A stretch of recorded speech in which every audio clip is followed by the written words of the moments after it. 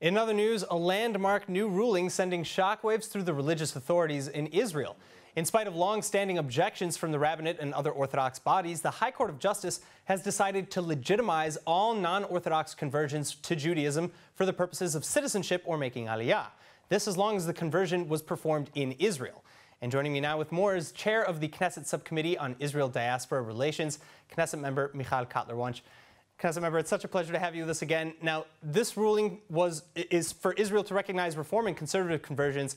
It's a big deal, but it does not apply to Jews who converted outside of Israel. Why was this ruling separated from the recognition of non-Orthodox conversions in the diaspora? So you're 100% right. And in fact, it's far less dramatic than what it's being perceived as over the last 24 hours or so, because it is 20 years since the recognition of non-Orthodox conversions for the purposes of immigration under the law of return, when those non-Orthodox conversions were being conducted in the United States or elsewhere. In fact, what this decision did after, and I should say this, 15 years of giving the executive and the legislative branches of government in Israel to actually mend this and find agreeable solutions to a real challenge. After 15 years, the court did, in fact, make an equal sort of granting of permission for those non-Orthodox conversions, again, for the purposes of immigration under the law of return. So the implications of this are that we've saved an airline ticket for those that may have traveled to the United States, let's say, for a reform or conservative conversion in the past, but in fact, it's far less dramatic than what has sort of made waves as far as the ultra-Orthodox parties and their reaction. Well, so that being said, I mean, there are fears that this ruling will dilute what it means to be a Jew by making conversions easier.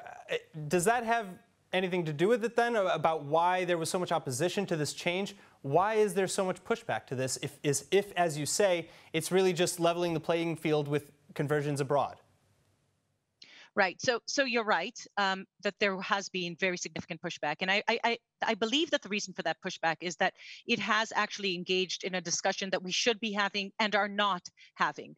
And we should mention, and I said 15 years standing and awaiting this decision, but also the committees that were formed and rendered their recommendations, whether it's the Nisim committee or before that, years ago, the Ne'eman committee. And in fact, the Nisim committee most recently recommended that there be a national conversion authority that is widely accessible, that uses the local rabbinates, the municipal rabbis in the conversion processes, that creates a more, I would say, Beit Hillel, not that it's lenient in terms of its orthodoxy, but is much more welcoming. And we should be aware that there is a festering challenge in the state of Israel.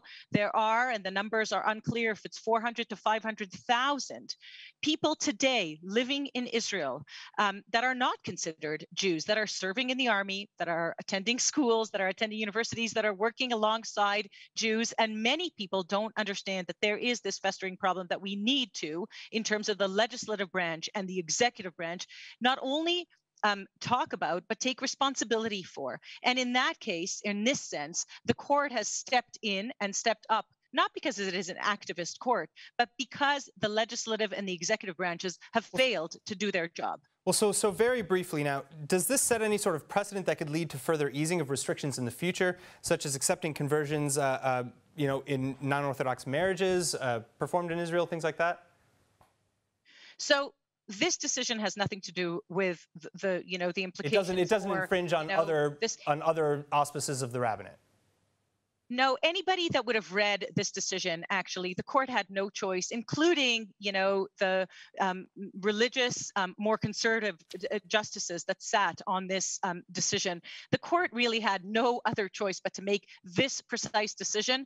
The only, question might have been regarding the timing, because we are approaching an election. But as I said, this has been 15 years in waiting, and I would say in enabling problem to fester and in not taking responsibility for creating the solutions that should have been created long ago.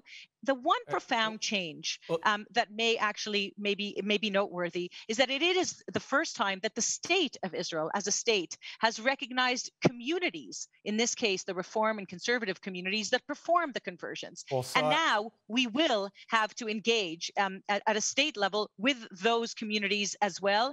And hopefully, and here I always like to end on a hopeful note, that will actually advance the conversation, enable and encourage dealing with reality as it is that we've actually touched upon. All right. Member of Knesset, Michal Cotler-Wunsh, thank you so much for being with us again. Thank you. Thank you for having me.